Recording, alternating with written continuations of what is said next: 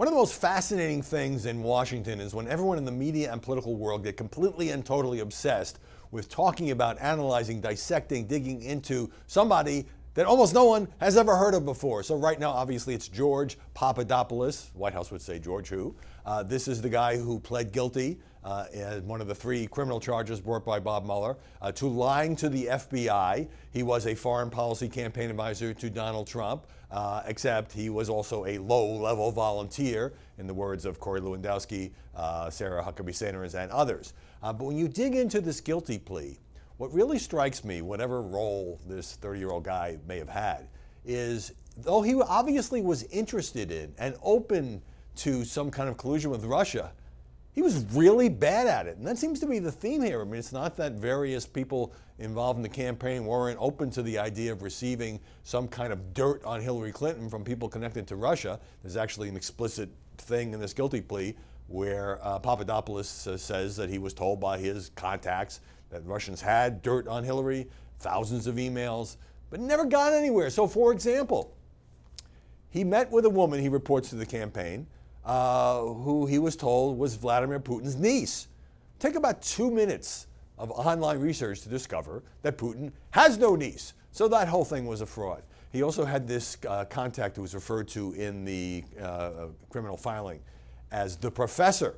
Well, the professor has identified himself. He's a Scottish guy who told the Daily Telegraph and the Washington Post that, by the way, he thought the whole thing was a laughingstock. He never introduced Papadopoulos, he says, to some Russian woman. He's an academic based in London. He doesn't even speak Russian. So the notion that he was some super secret source, he is openly scoffing at. So what you had was a series of emails from Papadopoulos to, we now know, according to reporting, Manafort in a couple of cases, Paul Manafort, who obviously was indicted the other day. Also Corey Lewandowski, who said on the Today Show he barely knew who Papadopoulos was, doesn't specifically recall getting any emails from him among the thousands he received each day, certainly didn't do anything. And also Sam Clovis, who was the national co-chairman of the campaign. So Papadopoulos is like, I have reason to believe I can set up a meeting between Donald Trump and Vladimir Putin. Well, that was never going to happen. And in fact, there's evidence that the Trump superiors that he was dealing with, kind of politely discouraged it. It was never going to happen. Then there's the mysterious niece. Then there's the mysterious professor. No dirt on Hillary.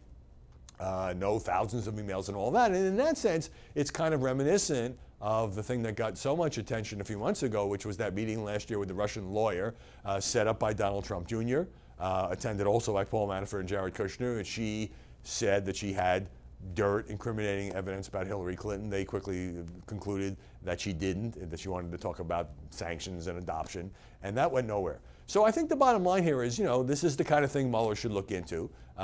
He needs to find out who at least was willing to collude with Russia. If he is going to either come up with some kind of definitive criminal finding that there either was or was not illegal collusion, which is his mandate. That's what he's supposed to be looking into. The whole money laundering, tax evasion thing is kind of a sideline. But what I can't help but be faintly amused by is they're so bad at colluding. They wanted to do it, some of them, not necessarily the higher-ups. They got nowhere. A fake niece. A professor says he doesn't know anything about it. That is the real story with George Papadopoulos.